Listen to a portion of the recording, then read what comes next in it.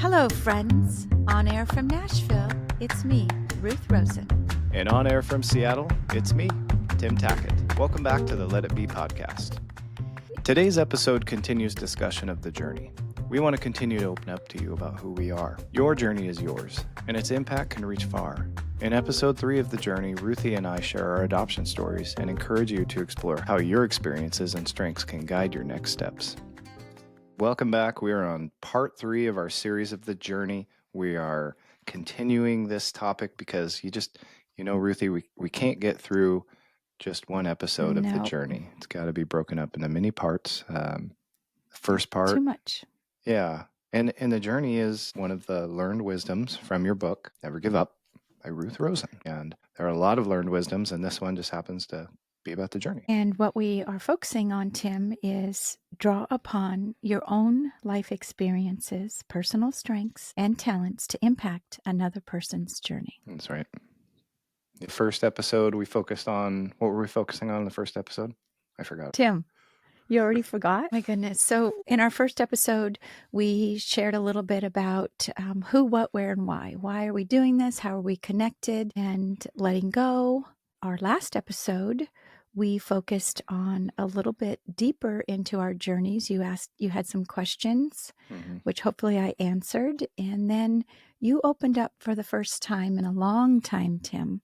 And there were definitely things that I had never heard about your journey being chosen for you and how quickly life changed for you. It got real. Yeah. At only 21 years old, not only did your world change, but you also lost your dad very, very quickly. Thanks for letting me share. It's like therapy on a microphone. Well, actually, Tim, I'm so glad that you said that because you had no idea that I wanted to ask you a couple questions. So if I could, I have a question, and it's just that. When you were back at 21 years old, and recently, between our last episode and now, Tim, it's been 25 years since your dad Sunday passed. And 25 years is a long time. Did you go through therapy, or were you a part of a support group either during that time, or did you find that it resurfaced and you had to address that? Or have you even maybe not addressed it yet?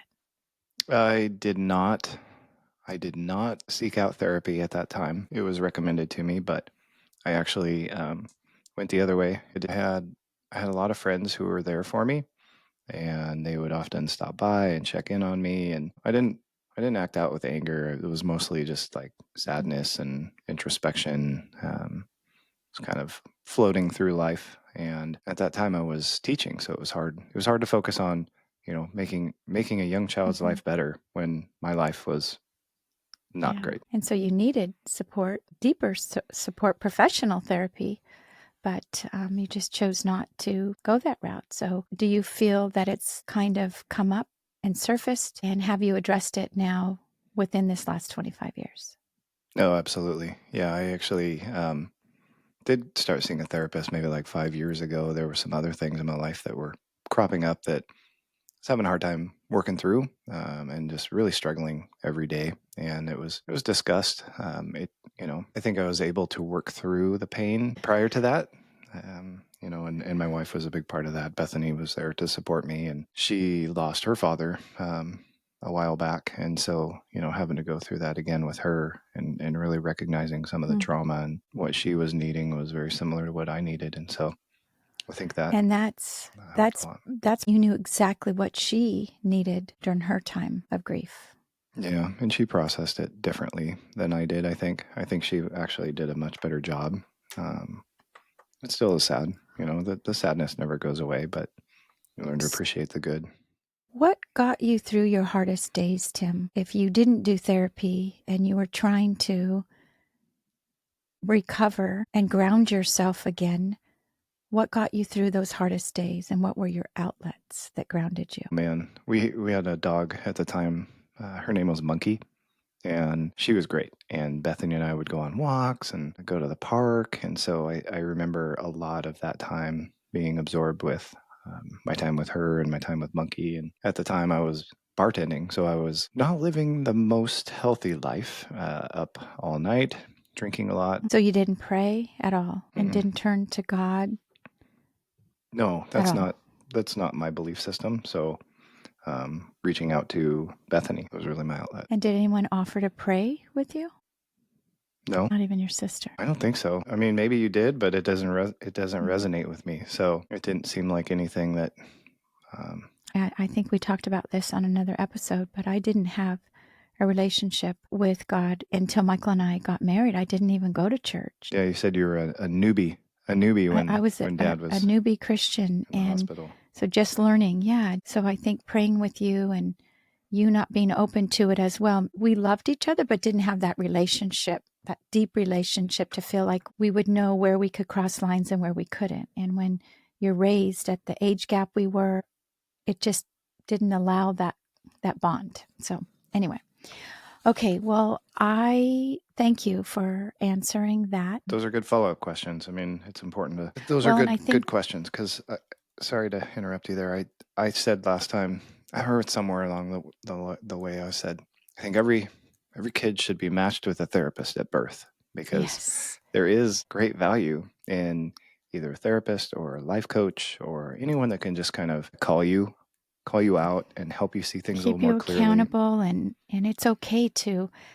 I love the way our world is now. There's a lot of things I don't like about it, but definitely one of the things that I think is so terrific is that it's okay to need professional support to help you get through a crisis. I've gone to a therapist off and on, Mm-hmm. but for me, my first line of therapy, Tim, is definitely my Bible. But then sometimes you also need that additional support. So thank you for being open with that. Yeah. So, Are we going to talk about adoption? Yeah. We should Want talk to? about adoption. I think we should get into that part of our story because Okay.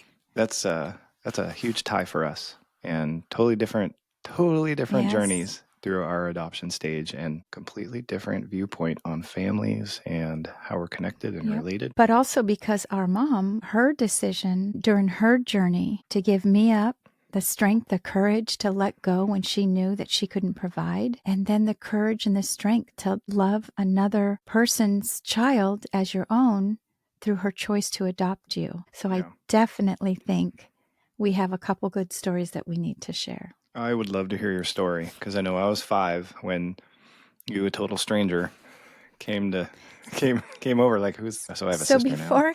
before I share, can you recall when they told you that I was coming? Did they wait till that day, or did they tell you the day before? Do you remember any of that? I don't even remember. I think also if I Maybe this did. will help you. Oh my gosh! Look at that hair. Look at both of our hairs. Look at Someone just this. plopped a bowl right on my head. This is the first time. Look at This is that our first couch. meeting. Big orange. Yeah. Man, you know that couch still exists. You have it? It's on a school bus up in Alaska. Oh, that's My buddies took it with them. They rebuilt an old school bus into an RV. Anyway, can you tell me a little bit more about your adoption story? Because I'm so interested in like your journey of deciding I'm going to find out who my mom is and who my dad is, and the courage that it must have taken to even like go through the research, because we didn't have the internet. You couldn't just pop on like People Tracker and like, oh, Melinda Tackett. Mm-mm. So I'm just looking back. Give me a second here. So if you hear papers, because I want to get my facts straight here. I bet we have a listener right now who's probably struggling with the decision of, do I want to find out who my biological parents are? Mm-hmm. Yeah. I'm looking for the year. Here we go. So I have something I signed back on January 10th, 1984 is when it all started. So as a kid growing up, and I know, Tim, if there's anything that you could relate to, please chime in on this. When you're a kid growing up, I always knew I was adopted. Did you always know you were adopted, Tim? I think so. Yeah. And so it was never a shock to me. I did get picked on a little bit at school. I don't remember what, but I remember For being adopted? For being adopted. Wow. For being adopted, I got picked on a little bit. And I remember my sister stood up for me, which made me feel so protected. And this was when I was maybe in fourth or fifth grade. Okay. And so I never really thought about it. I always just knew I didn't look like anyone. When What do you mean the you didn't family look would like get anyone? You together, look like anyone in your family? exactly, or when Yeah. a new baby would be born, or they would be going through different pictures, they'd go, "Oh, look at little Mikey looks just like his dad when he was a baby." And I always felt like, well, I don't look like anybody. Where do I really belong? And I think that stuck with me a little bit, even though my parents were really terrific parents and I had a really loving family. Mm-hmm. I remember swimming in the pool one day at a friend's house, and I said to my friend, "I think I'm going to find my mom, my biological mom." And he said, "You are?" I go, "Yep." He goes, "Why?" And I said, "I just need to know where I'm from." Hmm. So there was no other reason other than I just wanted to know where I was from. I was 18. I talked to my parents and I said I wanted to look for my biological mom. Mm-hmm. And they said, okay. Wow. They were They okay said, with it. okay. Wow. They were, well, Oh. at that moment they were. Yeah. And I began searching for my mom. I was actually looking for mom or dad, anyone that just was part of family. So this was long before there was internet. So I drove down. I have my driving instructions I wrote down Oh, wow. Hold that to up. how to get to the freeway. So I had to go to LA, and they used microfiche. Oh, yeah. And What is microfiche? Just for those young kids that are listening, because we got a young, hip following. So microfiche, I think the best way to describe it, it looks like a piece of X-ray. And it was just strips of information that you put under a microscope, and you got to read all of this stuff that they could store in these files. Mm. So I was looking for just any connection. But right before I was getting ready to go find all of my information, my mom said, "I have something you might want." And I said, "Well, what's that?" "I have your degree. Adoption decree. It's not degree, it's decree. How do you say I don't that?" even know that word. So it's a petition. I have this adoption petition Mm-hmm. that they actually used to finalize the adoption. And right here, it says that my name was Rebel Ann Jansen's. Rebel. That's right. And on this day, my name got transferred to January 17th, 1966. It got changed to Ruth Oh my Ann gosh. Stone. That's the day before So I Mom's still birthday. had the initials RA. So this was the first time in my life, and I had no idea that my parents had any information because they never told me anything. So I filled out the registration form. I have this registration form, Oh. and I filled out what I was looking for, because you didn't want to say you were adopted because they could shut you down, because these are sealed records. So I had to do everything like on the down low. I was like an investigator. Didn't have cell phones, so all of this stuff, I used phones, handwrote my directions. So I put down what I knew. So I went down to the microfiche, and I was looking for somebody who was born at my time. It said baby girl. There was no name. Baby girl born at this time with the last name, and they left Jansen's on there. So this was confirmed. Her name was Right. Jansen's. Right. So I began to feel like, oh my gosh, I'm onto something. I looked up in the phone book. I called information, and I looked for anything that had the name Jansen's, and I just started calling people. Do you have somebody who would fit a description of be around 17 years old? So I just started putting it all together. Mm-hmm. And people would say, no, no, no. Wow. So then what happened is I began to put all these things together, and there was no rhyme or reason. But I talked to this one lady, and she said, no, I got remarried, and he had 2 daughters, but no, they wouldn't fit that age. They wouldn't. And she went on about it. And for whatever reason, it stuck with me that she said the word Melinda. Hmm. But she said no, she wasn't the right age to fit this. So I said, okay, so let me back up a little bit. I drove down. I finally got an appointment to sit down with a social worker who would open up my case and tell me non-identifying information about my mom. And I went down there, and there were different things about me, that I had been in foster home for 2 different times So you're before I in was adopted. 2 different foster homes in 3 months. That's correct. I found out that my father left my mom. He promised to marry her and then changed his mind, that she did not know where he was at my birth, that she wanted to do cosmetology, but she gave it up because she was pregnant. I found out that she had not tried to contact the agency. At this point, they could put their name in a database, that if they were looking for their child, they would have a connection, but she had not tried to look for me. Okay. I I wonder if that still exists. I found out that my brother, excuse me, mom's brother, who I would now later learn it was Uncle Uncle Phil. Phil, yeah. He was very upset that Pumpkinhead. my father left her. I think there's Oh, even a yeah. story in the family that I think he he beat the got. snot out of him.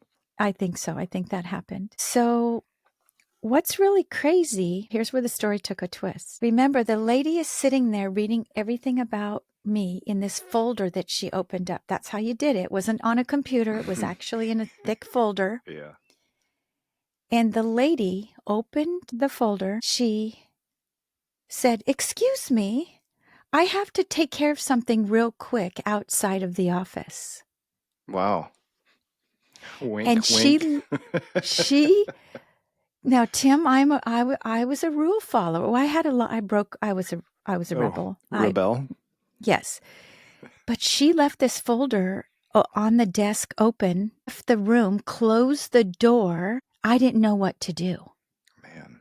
I thought, oh my gosh, what do I do? Should I look in it? What do I do? What do I do? So I looked at it. I broke the rules. And I left there and I connected the dots that it was Melinda. So I went and did research, and I'm hopeful because you can find a marriage certificate and a death certificate. And I first started looking for death to make sure that I couldn't find anything on her.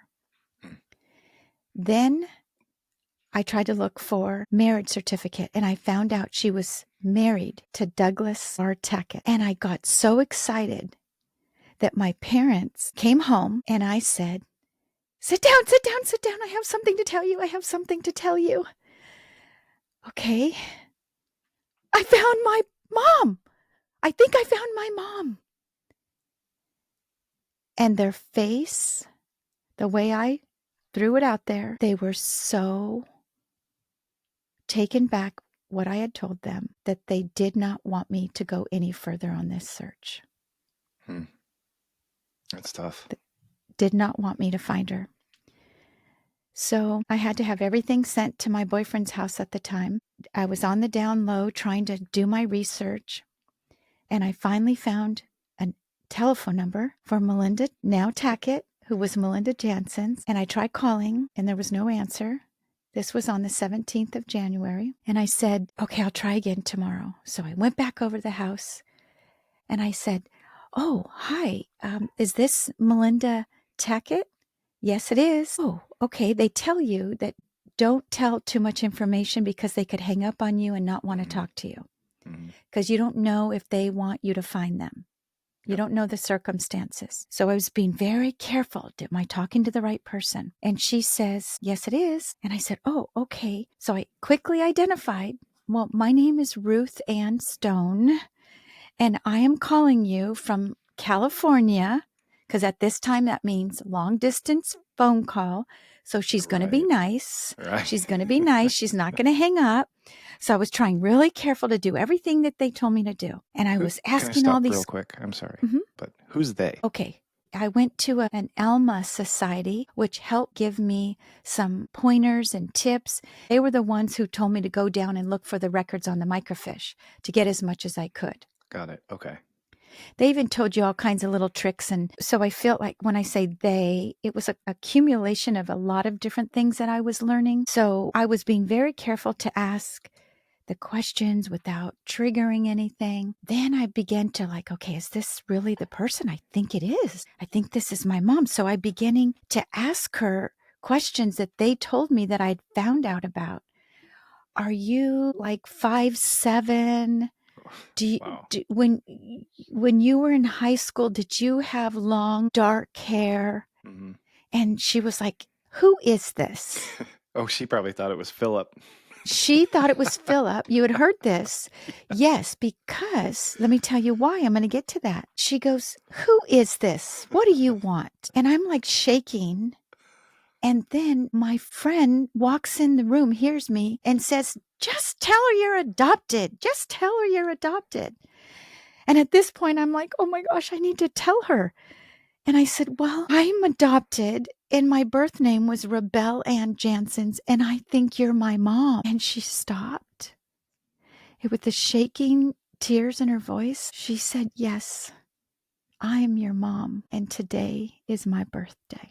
Mm-hmm. And I just think that it was just so incredible. And the very first question she asked me was, are you happy? We just started talking. And I said, well, I can't talk at home because my parents don't want me to find you. And she says, I want to be very respectful to your parents. Will you call me tomorrow? And I said, yes. And I'll never forget one thing she said. And I just felt so like, wow, all of this. And she said, well, my husband and my son and I are planning a trip to Hawaii and we're going to do a layover. Right. So maybe we could do lunch or something. Right. Wait a minute. All next month, do lunch? Clingy much, I remember going home feeling so defeated. And so Felt defeated. I did. Like, I went through all this and I couldn't wait to find you. And all you can do is maybe make some time as you're passing through town. You wanted more. You wanted more. Well, next month we're going to be passing through. Maybe we could meet. It just was wow. But the next day we connected and she said, I can't stand it. I talked to my husband and we need to meet you right away. And so, God, I wonder, did he know about you previously? I wonder. Did Doug? I think he did, but you didn't. You didn't. Well, even So if they had mentioned you, like at that age, I wouldn't even remember. He did know about because that's why you were adopted, because she couldn't, and they started to adopt. And she even said to me one point when she wanted to adopt before getting you, they said it could take a year or two. And she said, well, wait a minute. Can't you put me to the top of the list since I've already given 2 kids up? Can't I be moved to the top to be able to adopt?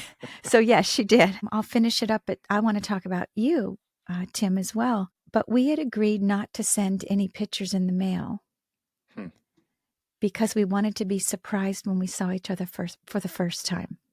Mm-hmm. So I didn't know what she looked like, and she didn't know what I looked like. So when I arrived at the airport, I expected her to be standing there with you and Doug. And she expected me to come walking off the plane looking for someone. Well, I got off the plane playing with a little kid and talking to people, and she was with her friend. So it took us a second to connect.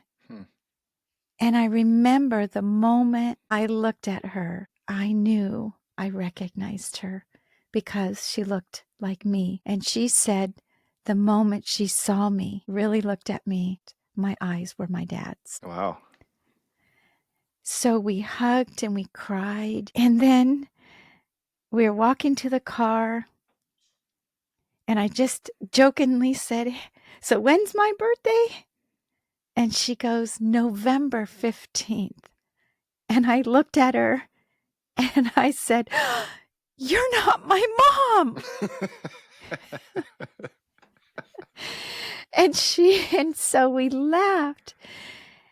And it was because she had to sign paperwork a month later. And so that stuck. And she said, in order to get through the adoption, letting me go, she had to close and lock that door.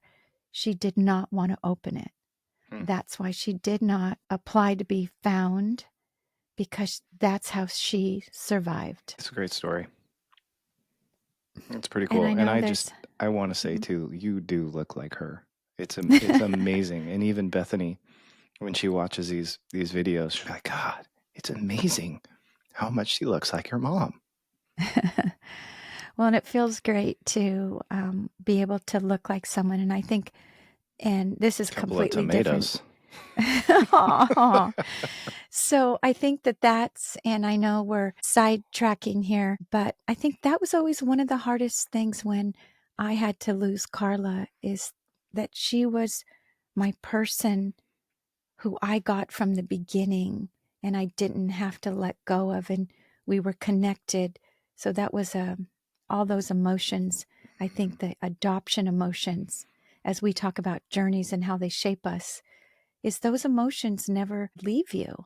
I feel that for me and you both being adopted, where did we really come from? Versus maybe somebody who wasn't adopted, they never even think twice about it, because where did they come from? It's all in their family history. And so Right. that just never leaves us. So, and I know there's probably more, but I will tell you, my parents did not accept our relationship, and it had to be hidden until I actually became an adult, a flight attendant. Ooh, And an air waitress. flight attendant, Tim. But the very first time they agreed to meet was when I married Michael. And we'll get into that in a different episode, because that was intense. So why don't you share, how did you become part of my mom's family? And I say that first. You became part of her family before you became part of my family. Yeah, I mean, as far as I know, the story of my adoption, my mom was on a bowling league with my biological father's mom, so my biological grandma. They bowled together, and she knew that my mom and dad, Melinda and Doug, were looking to adopt, and she just was like, "Hey, my son and his girlfriend are expecting. Would you be interested in adopting their child?" And so they had kind of a mutual connection. And I was adopted before I was even born. And on my birth certificate, it actually has Douglas Ray Tackett and Melinda Ann Tackett on the birth certificate. So it doesn't have my biological mother and father on there. It just changes over. You have to get a new one.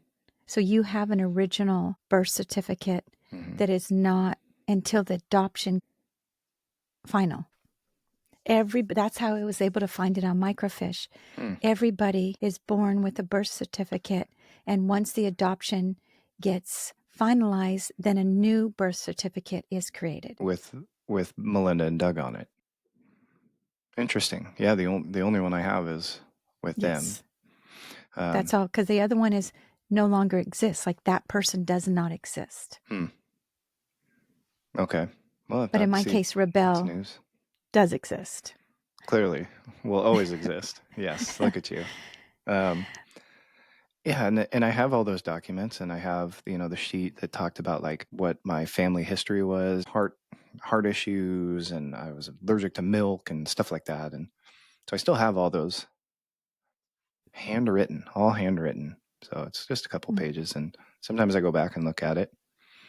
It does have the name of my biological mother and father in there, and I've looked them up on social media, and I know you knew that it's in there from the very beginning. Wow. Yeah, it was either in there or some other paperwork that my mom. So I think that might be the difference, Tim, with private adoption versus public. I was in the county. Right. You were private adoption. And I think about what you had said. I want to know where I'm from.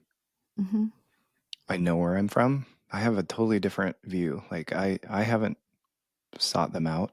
I know where they live. I know their names. Looked at social media. I've been able to find my biological father. I know who he is, and but I haven't opened that door. And in fact, Have you ever wanted to?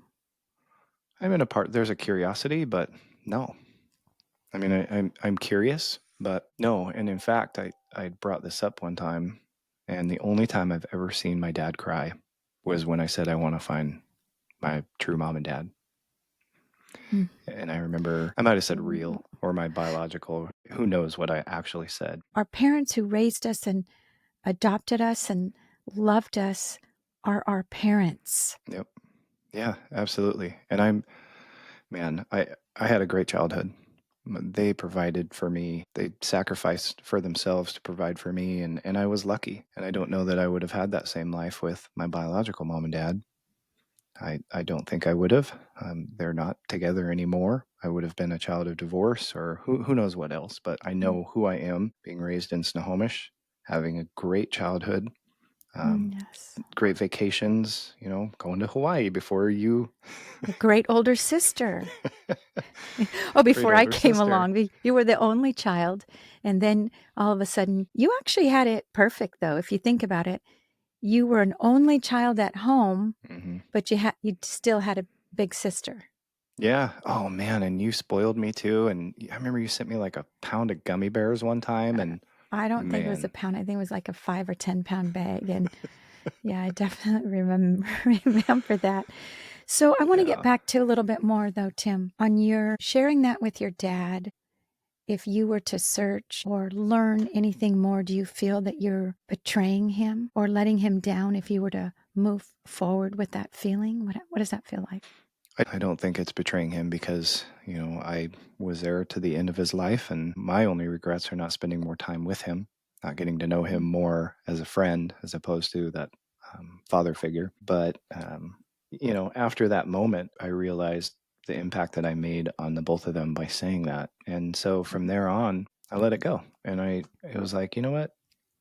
I never said to them, "You're not my real mom and dad." In my whole life, never did I use I that never card. said that. I never said that. Yeah, I'm Mm-mm. so glad that we No. didn't, because that'd just be like manipulative, and no matter how much they grounded But me or how didn't let me do something, it's like, but how blessed are both of us to have such loving families who adopted us? Because I know that there are people, we know people who did not have a good adopted loving family. So I think to invite somebody on the show who does not maybe have the loving story and to share that perspective and share on how they're able to turn even the negative portion of their journey from a childhood and turn it into something really positive and to bring yeah, hope and encouragement. So yeah, I think yeah. Not every adoption story is good, and in fact, there's probably more that aren't good than are. You don't know. And actually, I heard something the other day that I want to say because it was pretty cool. It said somebody was watching it as a comedian. He said it's not about the journey or the destination, but who you become along the way. that's really awesome. Yeah, That's that stuck that's with me. really Because this person that you're describing, who maybe had a bad story of adoption, they might be the strongest person we know. Maybe we already know them, but we don't know their story, and they learning the continue to have impact. backstory to who we were. I always felt like as I got older, and I don't think I really talk about this very much, but I really was kind of the black sheep of the family. And that was really hard. And I think that also contributed to me wanting to feel more connected to family.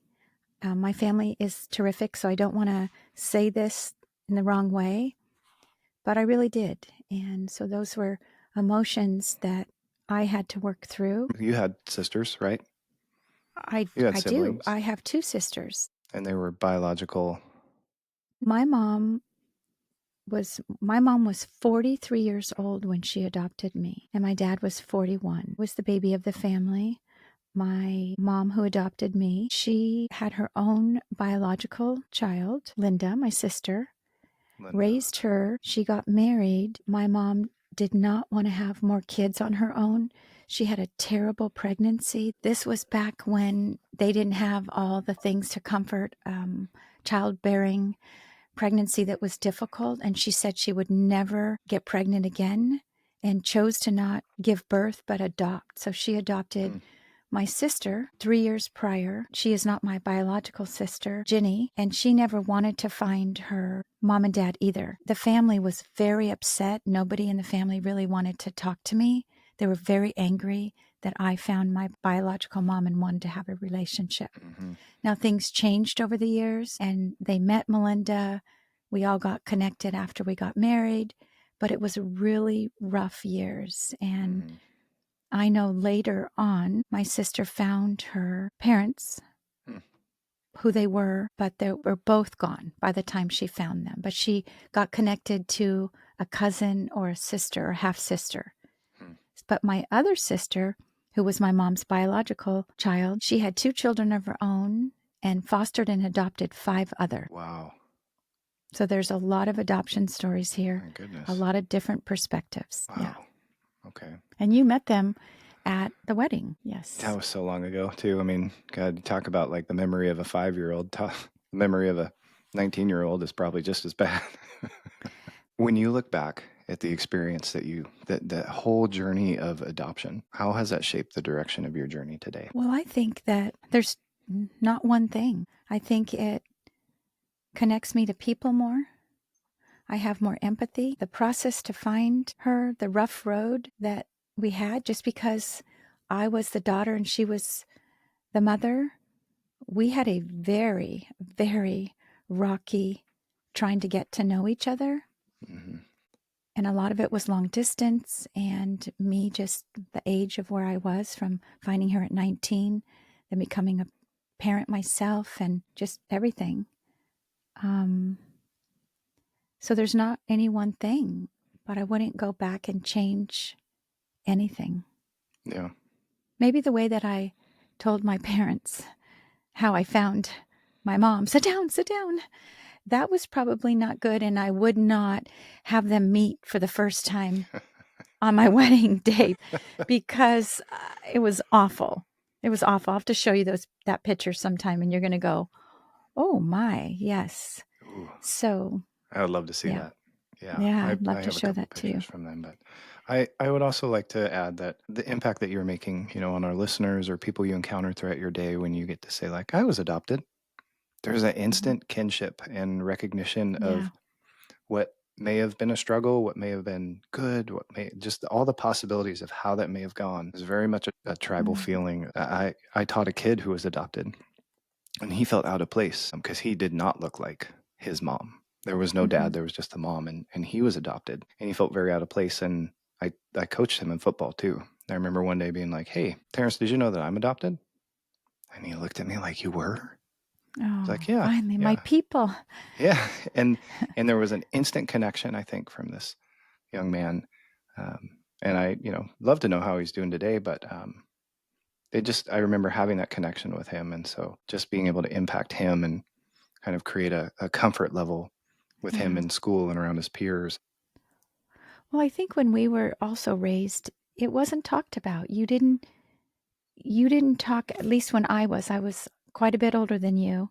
And Mm-hmm. that's why I think I got bullied, because somebody found this out and it was not talked about. So anything that wasn't common in a family's discussion, I think Mm-hmm. that that's where that bullying came from.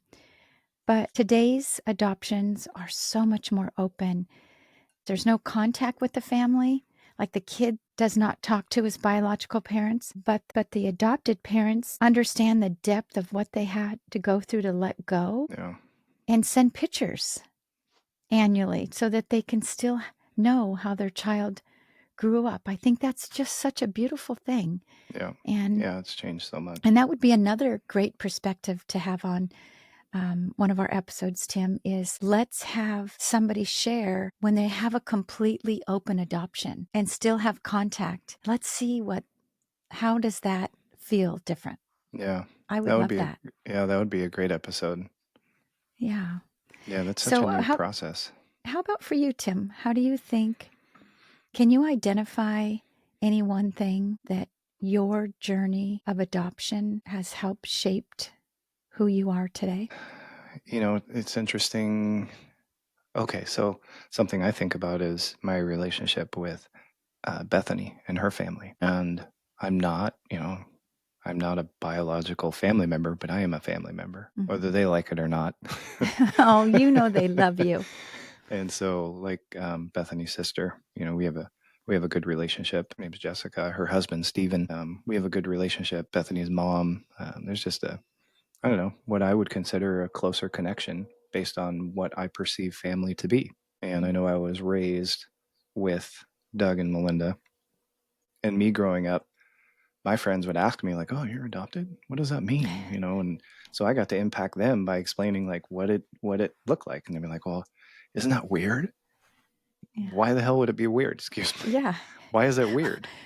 Yeah. It's only weird to you because you think it is. It's normal to me." Oh, and so all my friends Yeah. growing up, they knew I was adopted, but they didn't treat me any differently. It was like Tim, Doug, and Melinda. There was Yeah. never like pointing fingers or I was never outcasts. treated differently either. Yeah. So I think that next episode, if you're up for it, Tim, because we didn't really talk about this, but I'm going to just go ahead and ask because there's not enough time in the episode today. But how about we share a little bit about our brother and how he reached out and found us, and what does that look like, and what kind of relationship do we have? And I also want to introduce something to our listeners that we've not talked about, Tim, and that is I have a half sister from my father Mm-hmm. that, because my father rejected me. So I'd like to share that story, the other piece of finding of my biological parents, next episode, if we could. Yeah, I think that'd be good. There's a good connection between Rick and I don't know a lot about your story surrounding your father rejecting you and your biological sister. Yeah, What's her I name? don't even know if I ever told you that. I don't even know if you even know the story. I don't think that you have. Her name is Renee. Mm-hmm. Renee. Okay. Yeah, I'd love to share that. So as we wrap up to this episode. Well, before we leave, let's not forget to highlight a song that we added to our playlist today. And I know it's a song that's very important to you, Ruthie. Do you want to mention it? Thank you for giving me the song this episode. Yes, it's by Joe Cocker. You Are So Beautiful. That's an awesome song. And how appropriate for anyone in adoption just to know you are loved and you are beautiful. Great song. And another something to think about is remember this from Jeremiah 29:11. For I know the plans I have for you, declares the Lord. Plans to prosper you and not to harm you. Plans to give you hope and a future. Perfect. Well, I want to leave our listeners with the same question I asked you. And that is, when you look back, what experience, either painful, joyful, or unexpected, has shaped the direction of your journey today? So there's some work in that one as we continue our series of the journey and what it means and impacting others through experiences and talents and gifts. Goodbye, friends. Goodbye for now. Thanks for being here. Did today's episode give you a little boost of hope and encouragement right when you needed it? If it did, we'd love it if you'd hit that like button, subscribe, and maybe even share it with someone who could use a little light today. For extra content and more from this podcast, make sure to follow us at Instagram at letitbe.podcast. And remember, there's still beauty unfolding in your story.